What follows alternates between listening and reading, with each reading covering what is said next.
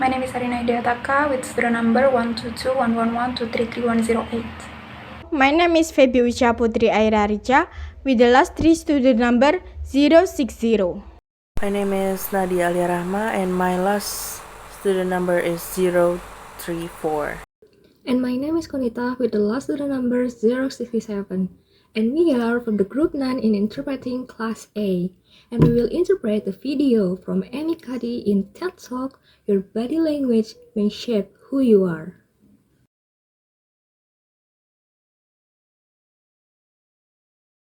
So I want to start by offering you a free, no-tech life hack. Jadi, saya akan memulai dengan menawarkan Anda trik simpel. And all it requires of you is this, that you change your posture for 2 minutes. Dan yang dibutuhkan dari Anda adalah merubah postur tubuh Anda selama 2 menit. But before I give it away, Tapi sebelum itu, I want to ask you to right now do a little audit of your body and what you're doing with your body.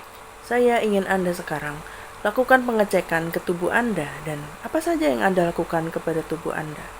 So how many of you are sort of making yourselves smaller? Jadi, berapa banyak dari kalian yang membuat diri Anda merasa kecil? Or maybe you're hunching, crossing your legs, maybe wrapping your ankle. Mungkin Anda sering membungkukkan badan, menjalankan kaki, atau mungkin membalut pergelangan kaki. Sometimes we hold on to our arms like this. Terkadang kita memegang lengan kita seperti ini. Sometimes we spread out. Terkadang kita meregangkannya. I see you. Saya lihat Anda. So I want you to pay attention to what you're doing right now. Jadi, saya mau Anda perhatikan apa yang sedang Anda lakukan sekarang. We're going to come back to that in a few minutes, and I'm hoping that if you sort of learn to tweak this a little bit, it could significantly change the way your life unfolds. Kita akan bahas itu nanti. Dan saya harap kalau Anda mempelajari sedikit tentang hal ini akan merubah hidup Anda secara signifikan. So we're really fascinated with body language. Jadi, kita sangat tertarik dengan bahasa tubuh. And we're particularly interested in other people's body language. Dan kita tertarik terutama pada bahasa tubuh orang lain. You know, we're interested in, like, an awkward interaction or a smile or a contemptuous glance or maybe a very awkward wink or maybe even something like a handshake. Anda tahu, kita tertarik dengan interaksi yang canggung, sebuah senyuman, atau lirikan kebencian, atau mungkin kedipan mata yang sangat canggung, atau mungkin sesuatu seperti berjabat tangan. Here they are arriving at number 10. Sini mereka sampai di rumah nomor 10. And look at this lucky policeman gets to shake hands with the President of the United States. Polisi yang beruntung ini dapat berjabat tangan dengan Presiden Amerika Serikat. Oh, and here comes the Prime Minister of it. No.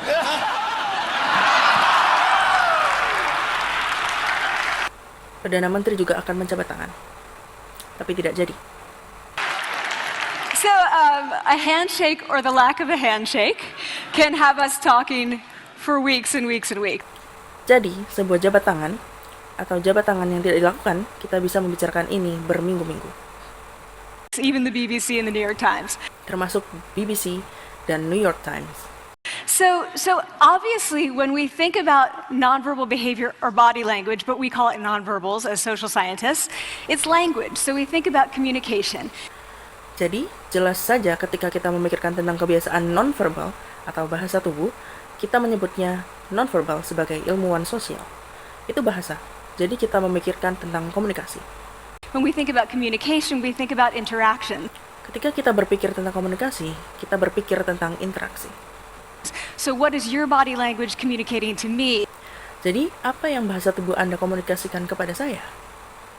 What's mine communicating to you? Apa yang bahasa tubuh saya komunikasikan kepada Anda? And there's a lot of reason to believe that this is a valid way to look at this. Dan ada banyak alasan untuk mempercayai bahwa ini adalah cara yang benar untuk melihat hal ini. So social scientists have spent a lot of time looking at the effects of our body language or other people's body language on judgment. Jadi ilmuwan sosial sudah menghabiskan banyak waktu mencari efek dari bahasa tubuh kita atau orang lain kepada penilaian. And we make sweeping judgments and inferences from body language. Dan kita membuat penilaian dan kesimpulan yang luas dari bahasa tubuh. And those judgments can predict really meaningful life outcomes like who we hire or promote, who we ask out on a date. Dan penilaian tersebut bisa memprediksi hasil kehidupan yang penuh arti seperti siapa yang kita sewa atau promosikan, siapa yang kita ajak untuk berkencang. For example, Nalini Ambady, a researcher at Tufts University, shows that when people watch 30-second soundless clips of real physician-patient interactions, their judgments of the physician's niceness predict whether or not that physician will be sued. Sebagai contoh, Nalini Ambady, peneliti di Universitas Tufts, menunjukkan bahwa ketika orang-orang menonton potongan video yang tidak bersuara selama 30 detik dari interaksi dokter dengan pasien, penilaian mereka terhadap kesopanan dokter akan memprediksi apakah dokter tersebut akan dituntut atau tidak. So it doesn't have to do so much with whether or not that physician was incompetent, but do we like that person and how they interacted? Jadi, itu tidak ada hubungannya dengan kompetensi seorang dokter. Tapi apakah kita suka orang itu dan bagaimana mereka berinteraksi? Even more dramatic, Alex Todorov at Princeton has shown us that judgments of political candidates' faces in just 1 second predict 70% of U.S. Bahkan lebih dramatis, Alex Todorov di Princeton telah menunjukkan pada kita 1 detik penilaian pada wajah kandidat politik bisa memprediksi 70% dari Amerika Serikat. Senate and gubernatorial race outcomes. And even, let's go digital, emoticons used well in online negotiations can lead you to claim more value from that negotiation. Dewan dan pemerintah daerah berlomba-lomba dengan hasil. Dan bahkan, mari kita mempelajari digital. Emoticon yang digunakan dengan baik dalam negosiasi daring dapat mengantarkan Anda untuk mengambil lebih banyak nilai dari negosiasi tersebut. If you use them poorly, bad idea, right? Jika Anda menggunakannya dengan buruk, itu buruk kan? So when we think of nonverbals, we think of how we judge others, how they judge us, and what the outcomes are. Jadi, ketika kita berpikir tentang nonverbal, kita berpikir bagaimana diri kita menilai orang lain, bagaimana mereka menilai kita, dan apa hasilnya. We tend to forget, though, the other audience that's influenced by our nonverbals, and that's ourselves. Kita cenderung lupa, tapi pihak lain yang terpengaruh dengan kenonverbalan kita, dan itu adalah diri kita sendiri. We are also influenced by our nonverbals, our thoughts and our feelings and our physiology. Kita sangat terpengaruh dengan kenonverbalan kita, pikiran kita dan perasaan kita dan fisiologi kita. So, what nonverbals am I talking about? Jadi, nonverbal apa yang saya bicarakan? I'm a social psychologist. Saya seorang psikolog sosial. I study prejudice, and I teach at a competitive business school. So, it was inevitable that I would become interested in power dynamics. Saya mempelajari tentang prasangka dan mengajar di sekolah bisnis yang kompetitif. Jadi tidak dapat dipungkiri bahwa saya akan tertarik pada dinamika kekuasaan. I became especially interested in nonverbal expressions of power and dominance. Saya menjadi sangat tertarik kepada ekspresi nonverbal dari kekuatan dan dominasi. And what are nonverbal expressions of power and dominance? Dan apa itu ekspresi nonverbal dari kekuatan dan dominasi? Well, this is what they are. Jadi, ini adalah mereka apa adanya. So in the animal kingdom, they are about expanding. Jadi, di dunia binatang, mereka cenderung melakukan perluasan. So you make yourself big, you stretch out, you take up space, you're basically opening up. Jadi, istilahnya Anda membuat diri Anda besar, Anda meregangkan tubuh, Anda membutuhkan ruang, pada dasarnya menjadi terbuka. It's about opening up. Ini tentang menjadi terbuka. And this is true across the animal kingdom. Dan ini benar di dunia binatang. It's not just limited to primates. Ini tidak hanya terbatas pada primata. And humans do the same thing. Dan manusia juga melakukan hal yang sama. So they do this both when they have power sort of chronically, and also when they're feeling powerful in the moment. Jadi mereka melakukan ini ketika mereka mempunyai kekuatan tetap dan juga ketika mereka merasakan kekuatan di saat itu. And this one is especially interesting because it really shows us how universal and old these expressions of power are. Dan yang satu ini sangat menarik karena itu benar-benar menampilkan kita betapa umum dan tuanya kekuatan ini ditunjukkan. This expression, which is known as pride, Jessica Tracy has studied. Ekspresi ini yang diketahui sebagai perasaan bangga, Jessica Tracy telah mempelajari ini. She shows that people who are born with sight and people who are congenitally blind do this when they win at a physical competition. Dia menunjukkan orang yang lahir dengan penglihatan dan orang yang buta melakukan ini ketika mereka menang di kompetisi fisik. So when they cross the finish line and they've won, it doesn't matter if they've never seen anyone do it. Jadi, saat mereka melewati garis finish dan mereka menang, itu tidak terlalu penting jika mereka tidak pernah melihat orang lain melakukan itu. They do this. Mereka melakukan ini. So the arms up in the V, the chin is slightly lifted. Jadi, lengan ke atas membentuk huruf V dan dagu sedikit dinaikkan. What do we do when we feel powerless? We do exactly the opposite. Apa yang kita lakukan ketika kita merasa tidak berdaya? Kita melakukan hal yang sebaliknya. We close up, we wrap ourselves up. Kita menutup diri sepenuhnya. We make ourselves small. We don't want to bump into the person next to us. So again, both animals and humans do the same thing. Kita membuat diri kita kecil, kita tidak ingin berinteraksi dengan orang di sekitar kita. Jadi sekali lagi, hewan maupun manusia melakukan hal yang sama. And this is what happens when you put together high and low power. Dan inilah yang terjadi ketika kekuasaan tinggi dan rendah disatukan. So what we tend to do when it comes to power is that we complement the other's nonverbals. Biasanya, saat kita berhadapan dengan orang yang berkuasa, kita cenderung merespon bahasa tubuh mereka. So if someone's being really powerful with us, we tend to make ourselves smaller. Jika seseorang menunjukkan kekuasaan yang besar kepada kita, kita cenderung membuat diri kita lebih kecil. We don't mirror them, we do the opposite of them. Kita tidak meniru sikap mereka, kita justru melakukan sebaliknya. So I'm watching this behavior in the classroom, and what do I notice? I notice that MBA students really exhibit the full range of power nonverbals. Jadi saya mengamati perilaku ini di dalam kelas, dan apa yang saya perhatikan, saya melihat bahwa para mahasiswa MBA benar-benar menunjukkan seluruh spektrum bahasa tubuh kekuasaan. You have people who are like caricatures of alphas, like really coming into the room, they get right into the middle of the room, before class even starts, like they really want to occupy space. Ada orang-orang yang seperti karikatur alfa, mereka masuk ke ruangan dengan percaya diri, langsung menuju ke tengah ruangan bahkan sebelum kelas dimulai, seolah mereka benar-benar ingin menguasai ruang. When they sit down, they're sort of spread out, they raise their hands like this. Saat mereka duduk, posisi duduk mereka melebar, dan ketika mereka mengangkat tangan, gerakannya besar seperti ini. You have other people who are virtually collapsing when they come in. As soon as they come in, you see it. Ada juga orang-orang yang terlihat pasif saat mereka masuk. Begitu mereka masuk, Anda langsung bisa melihatnya. You see it on their faces and their bodies, and they sit in their chair and they make themselves tiny, and they go like this when they raise their hand. I noticed a couple things about this. Anda bisa lihat itu dari ekspresi wajah dan postur tubuh mereka. Mereka duduk di kursi dengan membuat diri mereka sangat kecil, begitu juga saat mereka mengangkat tangan. Saya memperhatikan beberapa hal tentang ini. You're not going to be surprised. It seems to be related to gender. Pertama, Anda tidak akan terkejut. Ini tampaknya terkait dengan jenis kelamin. So, women are much more likely to do this kind of thing than men. Jadi, perempuan lebih cenderung melakukan hal seperti ini dibanding laki-laki. Women feel chronically less powerful than men, so this is not surprising. Perempuan secara kronis merasa kurang berkuasa dibanding laki-laki. Jadi, hal ini bukan sesuatu yang mengejutkan. But the other thing I noticed is that it also seemed to be related to the extent to which the students were participating and how well they were participating. Tapi hal lain yang saya perhatikan adalah ini juga tampaknya terkait dengan seberapa aktif mahasiswa berpartisipasi dan seberapa baik mereka berpartisipasi. This is really important in the MBA classroom because participation counts for half the grade.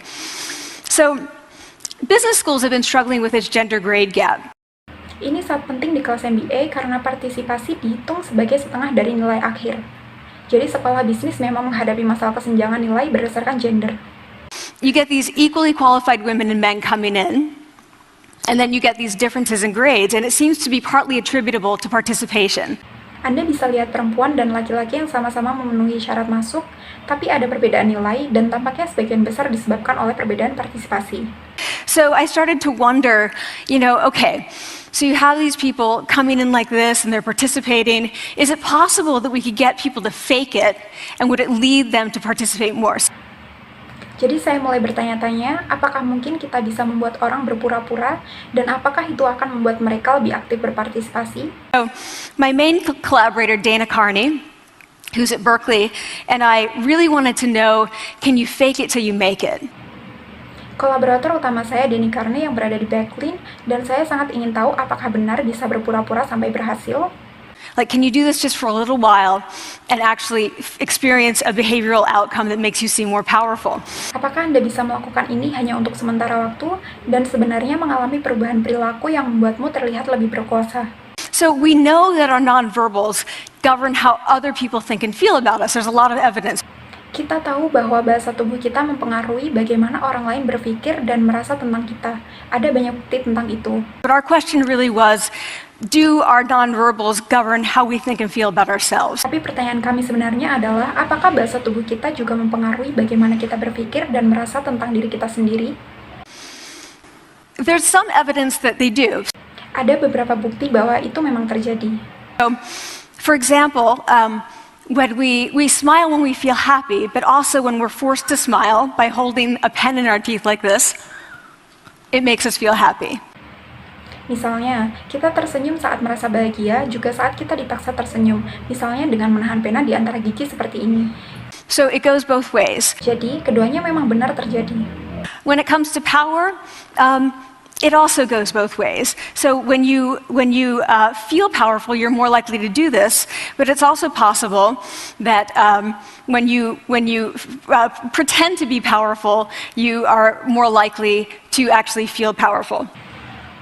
Begitu juga dengan rasa kekuasaan. Saat Anda merasa berkuasa, Anda cenderung melakukan sikap tertentu. Tapi juga mungkin saat Anda berpura-pura berkuasa, Anda justru jadi benar-benar merasa berkuasa.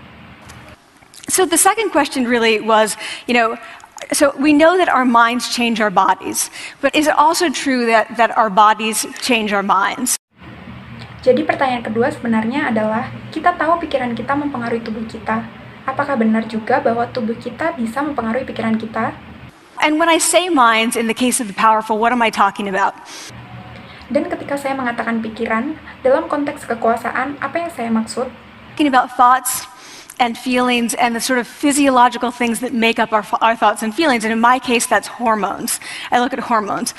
Saya berbicara tentang pikiran, perasaan, dan juga hal-hal fisiologis yang membentuk pikiran dan perasaan kita. Dan dalam kasus saya, itu berarti hormon. Saya mempelajari hormon. So what do the minds of the powerful versus the powerless look like? Jadi, seperti apa pikiran orang yang berkuasa dibandingkan dengan orang tidak berkuasa? So powerful people tend to be, not surprisingly, more assertive and more confident, more optimistic. Orang yang berkuasa cenderung tidak mengherankan, lebih tegas, lebih percaya diri, dan lebih optimis. Feel that they're going to win even at games of chance.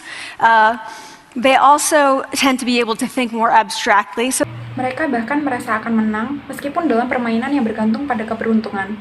Mereka juga cenderung bisa berpikir lebih abstrak. there are a lot of differences. They take more risks. There are a lot of differences between powerful and powerless people. Jadi ada banyak perbedaan. Mereka lebih berani mengambil resiko. Banyak sekali perbedaan antara orang yang berkuasa dan tidak berkuasa. Physiologically, there also are differences on two key hormones, testosterone, which is the dominance hormone, and cortisol, which is the stress hormone. Secara fisiologis, juga ada perbedaan pada dua hormon utama, testosteron, yaitu hormon dominasi, dan kortisol, yaitu hormon stres. So, what we find is that high-power alpha males in primate hierarchies have high testosterone and low cortisol, and powerful and effective leaders also have high testosterone and low cortisol. So what does that mean? Yang kami temukan adalah bahwa pejantan alfa dalam hierarki primata yang berkuasa tinggi memiliki testosteron tinggi dan kortisol rendah. Dan pemimpin yang kuat serta efektif juga memiliki kombinasi yang sama, testosteron tinggi dan kortisol rendah. Jadi, apa artinya ini? When you think about power, people tended to think only about testosterone because that was about dominance. But really, power is also about how you react to stress. Orang biasanya hanya fokus pada testosteron, karena itu berkaitan dengan dominasi. Tapi sebenarnya, kekuasaan juga menyangkut bagaimana seseorang merespon stres. So do you want the high-power leader that's dominant, high on testosterone, but really stress-reactive? Probably not. Jadi, apakah Anda ingin pemimpin yang dominasi dengan testosteron tinggi, tapi juga sangat reaktif terhadap stres? Kemungkinan besar tidak, bukan? A person who's powerful and assertive and dominant, but not very stress-reactive, the person who's laid back. Yang Anda inginkan adalah seseorang yang kuat, percaya diri, dominan, tapi tidak mudah terpengaruh oleh stres. Orang yang tetap tenang dan santai. So, we know that in primate hierarchy, Kita tahu bahwa dalam hierarki primata, if an alpha needs to take over, if an individual needs to take over an alpha role sort of suddenly, within a few days, that individual's testosterone has gone up significantly and his cortisol has dropped significantly. jika seekor individu tiba-tiba harus mengambil alih peran alfa, dalam beberapa hari saja, kadar testosteronnya akan meningkat secara signifikan, dan kadar kortisolnya akan turun secara signifikan. So we have this evidence, both that the body can shape the mind, at least at the facial level, and also that role changes can shape the mind. Jadi, kita memiliki bukti bahwa tubuh dapat mempengaruhi pikiran, setidaknya pada tingkat ekspresi wajah, dan juga bahwa perubahan peran dapat membentuk pikiran. So what happens, okay, you take a role change, what happens if you do that at a really minimal level, like this tiny manipulation, this tiny intervention? Lalu, apa yang terjadi jika Anda mengambil suatu perubahan peran? Apa yang terjadi jika Anda melakukannya pada tingkat yang sangat kecil, semacam manipulasi kecil atau intervensi kecil? For 2 minutes you say, I want you to stand like this, and it's going to make you feel more powerful. Selama 2 menit, Anda berkata, saya ingin Anda berdiri seperti ini, dan ini akan membuat Anda merasa lebih berkuasa. So, this is what we did. We decided to bring people into the lab and run a little experiment. And these people adopted for 2 minutes either high power poses or low power poses. And I'm just going to show you 5 of the poses, although they took on only 2. Inilah yang kami lakukan. Kami memutuskan untuk membawa sejumlah orang ke laboratorium dan menjalankan eksperimen kecil. Para partisipan ini melakukan pose tubuh selama 2 menit, baik dalam posisi dominan maupun posisi lemah. Dan saya akan menunjukkan kepada Anda 5 pose, walaupun masing-masing partisipan hanya melakukan 2 pose saja. So here's one. Ini salah satunya. Couple more. Beberapa lagi. This one has been dubbed the Wonder Woman by the media. Pose yang satu ini dijuluki Wonder Woman oleh media. Here are a couple more. Berikut beberapa lainnya. So you can be standing or you can be sitting. Jadi, Anda bisa berdiri ataupun duduk. And here are the low power poses. So you're folding up, you're making yourself small. Dan ini adalah pose-pose dengan kekuatan rendah. Anda melipat tubuh, membuat diri Anda tampak kecil. This one is very low power. When you're touching your neck, you're really kind of protecting yourself. Saat Anda menyentuh leher Anda sebenarnya sedang melindungi diri. So, this is what happens. They come in, they spit into a vial.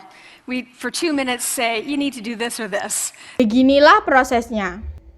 Mereka datang, kemudian meludah ke dalam tabung kecil. Lalu selama 2 menit, kami meminta mereka melakukan salah satu dari 2 jenis pose. They don't look at pictures of the poses. We don't want to prime them with the concept of power. We want them to be feeling power, right? Mereka tidak melihat gambar pose-pose tersebut. Kami tidak ingin menyugesti mereka dengan konsep kekuasaan. Kami ingin mereka merasakan kekuatan itu secara langsung. So 2 minutes they do this. We then ask them, how powerful do you feel on a series of items? And then we give them an opportunity to gamble. And then we take another saliva sample. Jadi, selama 2 menit mereka melakukan pose itu. Kemudian kami bertanya kepada mereka, seberapa kuat Anda merasa melalui beberapa butir pertanyaan. Dan setelah itu, kami memberikan kesempatan untuk berjudi. Lalu kami mengambil sampel air liur lagi. That's it. That's the whole experiment. Itu saja. Itulah keseluruhan eksperimennya. So this is what we find. Risk tolerance, which is the gambling. What we find is that when you're in the high power pose condition, 86% of you will gamble. Berikut hasil yang kami temukan. Toleransi terhadap risiko yang diukur melalui aktivitas berjudi. Kami temukan bahwa ketika seseorang berada dalam kondisi pose dominan, 86% dari mereka akan memilih berjudi. When you're in the low power pose condition, only 60%, and that's a pretty whopping significant difference. Namun saat dalam kondisi pose lemah, hanya 60% yang berjudi, dan itu adalah perbedaan yang sangat signifikan. Here's what we find on testosterone. From their baseline when they come in, high power people experience about a 20% increase, and low power people experience about a 10% decrease. Berikut temuan kami terkait kadar testosteron. Dari kadar awal saat mereka datang, partisipan dengan pose dominan mengalami peningkatan sekitar 20%. Sedangkan partisipan dengan pose lemah mengalami penurunan sekitar 10%. So again, 2 minutes and you get these changes. Jadi sekali lagi, hanya 2 menit dan Anda sudah memperoleh perubahan ini. Here's what you get on cortisol. High power people experience about a 25% decrease, and the low power people experience about a 15% increase. Dan berikut perubahan pada kadar kortisol. Partisipan dengan pose dominan mengalami penurunan sekitar 25%. Sedangkan partisipan dengan pose lemah mengalami peningkatan sekitar 15%. So 2 minutes lead to these hormonal changes that configure your brain to basically be either assertive, confident, and comfortable, or really stress reactive, and feeling sort of shut down. And we've all had that feeling, right?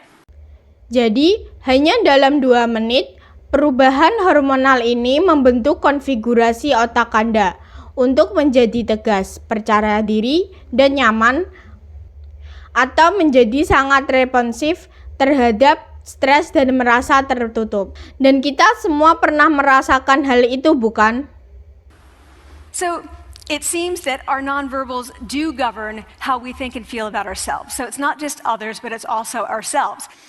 Also, our bodies change our minds.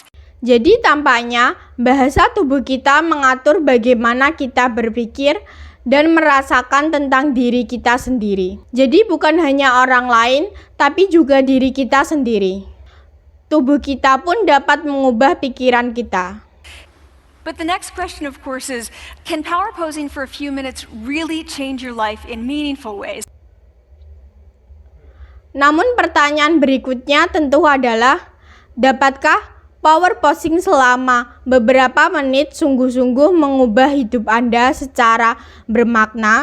So this is in the lab, it's this little task, it's just a couple of minutes. Where can you actually apply this, which we cared about, of course? Eksperimen ini dilakukan di laboratorium. Ini adalah tugas yang sangat kecil dan hanya berlangsung selama beberapa menit. Di mana Anda bisa benar-benar menerapkannya? Hal ini sangat kami perhatikan. And so we think it's really what matters. I mean, where you want to use this is evaluative situations, like social threat situations. Where are you being evaluated? Either by your friends, like for teenagers, it's at the lunchroom table.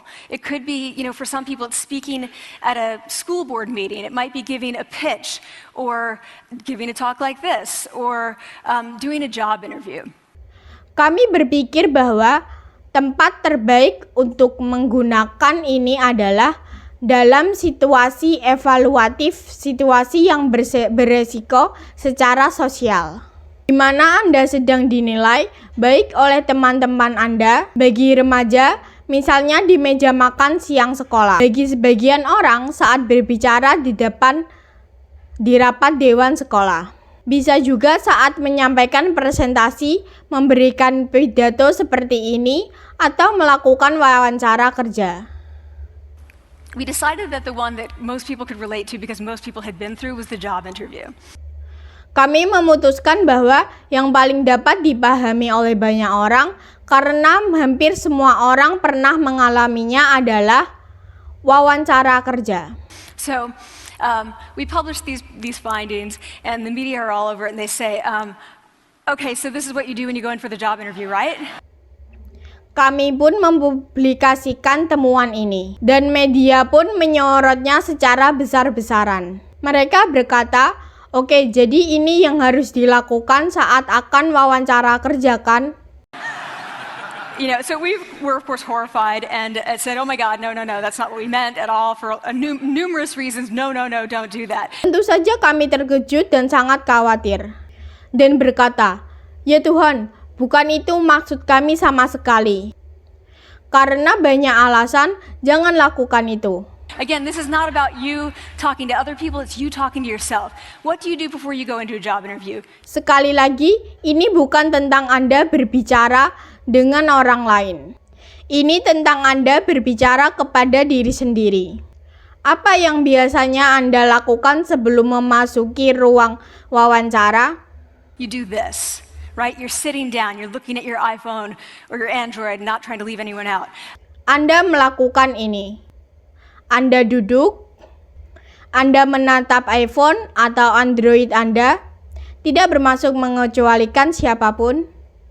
You're looking at your notes, you're hunching up, making yourself small, when really what you should be doing maybe is this, like in the bathroom, right? Anda melihat catatan, membungkuk, membuat tubuh Anda tampak kecil, padahal sebenarnya yang Anda perlu lakukan mungkin adalah ini, di kamar mandi misalnya, bukan?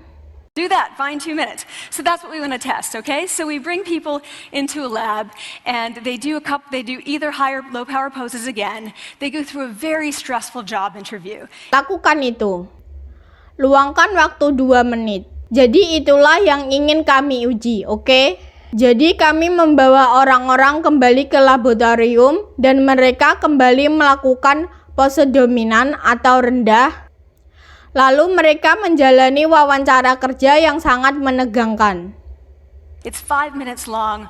They are being recorded, they're being judged also. And the judges are trained to give no nonverbal feedback. So they look like this. Wawancaranya berdurasi 5 menit. Mereka direkam. Mereka juga dinilai dan para penilainya telah dilatih untuk tidak memberikan umpan balik nonverbal sama sekali. Jadi mereka berwajah datar seperti ini. Imagine this is the person interviewing you. So for 5 minutes, nothing. And this is worse than being heckled. People hate this. It's what Marianne LaFrance calls standing in social quicksand. So this really spikes your cortisol. So this is the job interview we put them through because we really wanted to see what happened. Bayangkan orang seperti ini yang sedang mewawancarai Anda. Selama 5 menit tidak ada reaksi sama sekali, dan ini lebih buruk daripada dicemooh. Orang-orang sangat tidak suka kondisi ini. Inilah yang disebut oleh Marianne LaFrance sebagai berdiri di pasir hisap sosial. Hal ini benar-benar meningkatkan kadar kortisol Anda. Inilah bentuk wawancara kerja yang kami lakukan pada mereka, karena kami benar-benar ingin melihat dampaknya. We then have these coders look at these tapes, 4 of them. They're blind to the hypothesis, they're blind to the conditions. They have no idea who's been posing in what pose. And they end up looking at these sets of tapes and they say, oh, we want to hire these people. Lalu kami meminta 4 penilai untuk menonton rekaman video tersebut. Mereka tidak tahu hipotesis penelitian ini. Mereka juga tidak tahu kondisi awal para partisipan. Mereka sama sekali tidak tahu siapa melakukan pose apa. Dan setelah menonton video-video itu, mereka berkata, kami ingin merekrut orang-orang ini. All the high power posers, we don't want to hire these people. Semua orang yang berpose dengan kekuatan tinggi, atau kami juga tidak memperkerjakan orang-orang ini. We also evaluate these people much more positively overall. But what's driving it? Kami juga mengevaluasi orang-orang ini lebih positif secara keseluruhan. Tapi apa yang mendorong hal ini? It's not about the content of the speech. It's about the presence that they're bringing to the speech. We also, because we rate them on all these variables related to sort of competence, like how well structured is the speech? How good is it? What are their qualifications? No effect on those things. Ini bukan tentang isi dari pembicaraan, tapi ini tentang pembawaan yang mereka bawa saat pembicaraan. Karena kami juga menilai mereka berdasarkan semua variabel ini yang berkaitan dengan kompetensi, seperti seberapa baik struktur pembicaraannya, seberapa bagus hal itu, apa saja kualifikasi mereka, dan tidak ada efek pada variabel-variabel itu. This is what's affected, these kinds of things. People are bringing their true selves, basically. They're bringing themselves. They bring their ideas, but as themselves, with no, residue over them. Jadi, hal ini yang mempengaruhi, hal-hal seperti ini. Orang-orang membawa diri mereka yang asli pada dasarnya. Mereka membawa diri mereka sendiri. Mereka membawa ide mereka, tapi sebagai diri mereka sendiri. Tanpa, katakanlah, sisi bagian dari mereka itu. So this is what's driving the effect or mediating the effect. Jadi, ini yang mempengaruhi efek atau mempengaruhi efek. So, when I tell people about this, that our bodies change our minds and our minds can change our behavior and our behavior can change our outcomes, they say to me, it feels fake, right? Jadi, ketika saya memberitahu orang-orang soal ini, soal bagaimana tubuh mengubah pikiran kita, bagaimana pikiran mengubah tindakan kita, dan tindakan kita mengubah hasil kita, mereka bilang pada saya, ini terasa bohong, benar bukan? So I said fake it till you make it. It's not me. I don't want to get there and then still feel like a fraud. I don't want to feel like an imposter. I don't want to get there only to feel like I'm not supposed to be here. Jadi, saya berkata, berbohong sampai jadi kenyataan. Tapi ini bukan aku tidak mau mencapainya dan masih merasa seperti penipu. Aku tidak mau merasa menjadi penyamar. Aku tidak mau mencapai sesuatu hanya untuk merasa aku seharusnya tidak berhak mencapai ini. And that really resonated with me because I want to tell you a little story about being an imposter and feeling like I'm not supposed to be here. Dan saya pernah merasakan hal itu juga, karena saya akan menceritakan cerita pendek bagaimana saya menjadi penyamar dan perasaan seperti saya seharusnya tidak ada di sini. When I was 19, I was in a really bad car accident. I was thrown out of a car, rolled several times. I was thrown from the car, and I woke up in a head injury rehab ward, and I had been withdrawn from college, and I learned that my IQ had dropped by 2 standard deviations, which was very traumatic. I knew my IQ because I had identified with being smart, and I had been called gifted as a child. Ketika saya berumur 19 tahun, saya mengalami kecelakaan mobil yang sangat parah. Saya terlempar keluar dari mobil, berguling beberapa kali, saya terlempar keluar, dan saya bangun dengan cedera di kepala di tempat rehabilitasi. Dan saya juga mengundurkan diri dari perkuliahan. Dan saya akhirnya tahu kalau tingkat kecerdasan saya telah turun sebesar 2 standar deviasi, yang mana itu sangat traumatis. Saya tahu tingkat kecerdasan saya karena saya sering dianggap cerdas dan saya adalah anak yang berbakat dulunya. So I'm taken out of college. I keep trying to go back. They say you're not going to finish college. There are other things for you to do, but that's not going to work out for you. Jadi saya keluar dari perkuliahan dan saya terus mencoba untuk kembali. Tapi mereka bilang, kamu tidak akan menyelesaikan kuliah. Semacam masih ada banyak hal yang lain yang bisa kamu lakukan. Tapi kuliah itu bukan untukmu. So I really struggled with this. And I have to say, having your identity taken from you, your core identity, and for me it was being smart, having that taken from you, there's nothing that leaves you feeling more powerless than that. Jadi saya dulu kesulitan dengan hal itu. Dan saya harus bilang, ketika identitasmu diambil dari dirimu, identitas yang paling penting. Dan untuk saya, identitas itu adalah menjadi orang yang cerdas. Dan ketika hal itu diambil darimu, tidak ada hal yang membuatmu merasa lebih tidak berdaya dibandingkan itu. So I felt entirely powerless. I worked and worked and worked, and I got lucky and worked and got lucky and worked. Jadi saya merasa tidak berdaya. Lalu saya berjuang, dan beruntung, dan berjuang, dan beruntung, dan terus berjuang. Eventually, I graduated from college.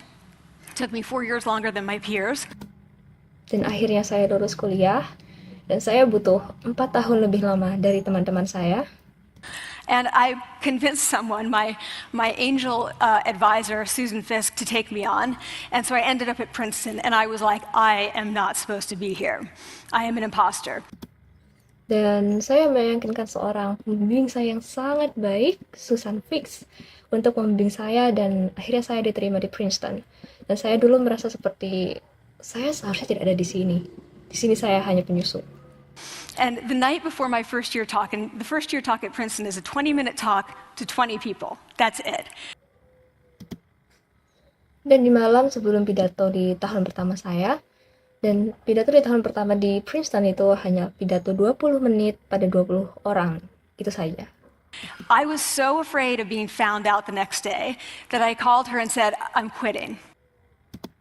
Saya sangat takut waktu itu, takut akan ketahuan esok harinya. Jadi saya menelpon beliau dan berkata, saya mau keluar.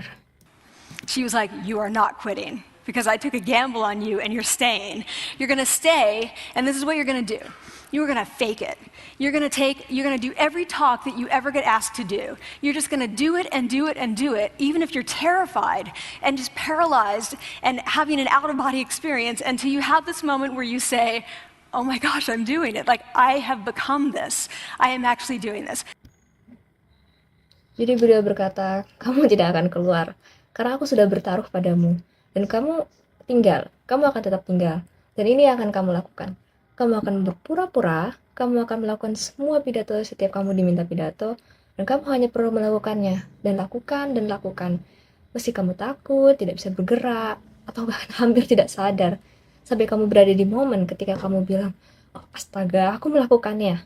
Seperti, aku sudah menjadi seperti ini. Dan aku benar-benar melakukannya. So that's what I did. 5 years in grad school. A few years, I'm at Northwestern. I moved to Harvard. I'm at Harvard. I'm not really thinking about it anymore. But for a long time, I had been thinking, not supposed to be here, not supposed to be here. Jadi itulah yang saya lakukan. 5 tahun di sekolah pasca sarjana, beberapa tahun, katakanlah saya di Northwest, saya pindah ke Harvard, dan saya di Harvard. Saya tidak begitu memikirkannya lagi, tapi dalam waktu yang lama saya terus berpikir, saya seharusnya tidak di sini, saya seharusnya tidak di sini, seperti itu. So, the end of my first year at Harvard, a student who had not talked in class the entire semester, who I had said, look, you gotta participate or else you're gonna fail, came into my office. I really didn't know her at all. And she came in totally defeated and she said, I'm not supposed to be here. Di akhir tahun pertama saya di Harvard, ada seorang murid yang tidak pernah bicara di sepanjang kelas semester ya. Dan saya juga pernah memberitahu, begini, kalau kamu tidak berpartisipasi, kamu tidak akan lulus. Dan dia datang ke kantor saya. Saya tidak mengenalnya sama sekali. Dan dia bilang dengan putus asa, berkata, aku tidak seharusnya ada di sini.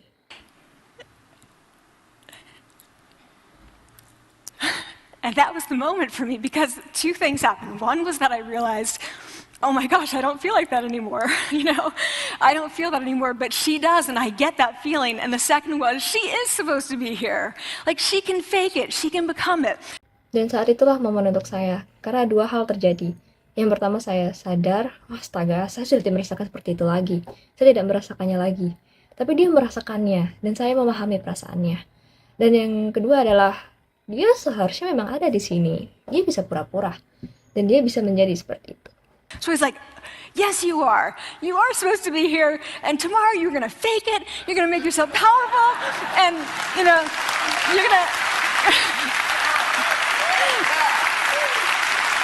and you're going to go into the classroom and you are going to give the best comment ever. Dan saya berkata, iya benar. Kamu memang seharusnya pantas ada di sini. Dan besok, kamu akan berpura-pura seperti itu. Kamu akan membuat dirimu sendiri kuat, dan ketahuilah bahwa kamu akan pergi ke kelas, dan kamu akan memberikan komentar terbaik yang pernah ada. And she gave the best comment ever. And people turned around, they were like, oh my God, I didn't even notice her sitting there, Dan tahu tidak, dia kemudian memberikan komentar terbaik yang pernah ada. Dan orang-orang menoleh seperti, oh, astaga, aku bahkan tidak memperhatikan dia ada duduk di sana. Seperti itu. itu. She comes back to me months later, and I realized that she had not just faked it till she made it, she had actually faked it till she became it. So she had changed. Dia kembali menemui saya 2 bulan kemudian, dan saya sadar kalau dia tidak hanya berpura-pura sampai berhasil. Dia sebenarnya berpura-pura sampai dia benar-benar menjadi seperti itu. Dia telah berubah. And so I want to say to you, don't fake it till you make it. Fake it till you become it. You know, it's not do it enough until you actually become it and internalize. Dan saya ingin menyampaikan pada Anda semua, jangan berpura-pura sampai berhasil. Berpura-puralah sampai kamu benar-benar menjadi seperti itu. Lakukan semuanya sampai kamu benar-benar menjadi seperti itu dalam diri sendiri. The last thing I want to leave you with is this. Tiny tweaks can lead to big changes.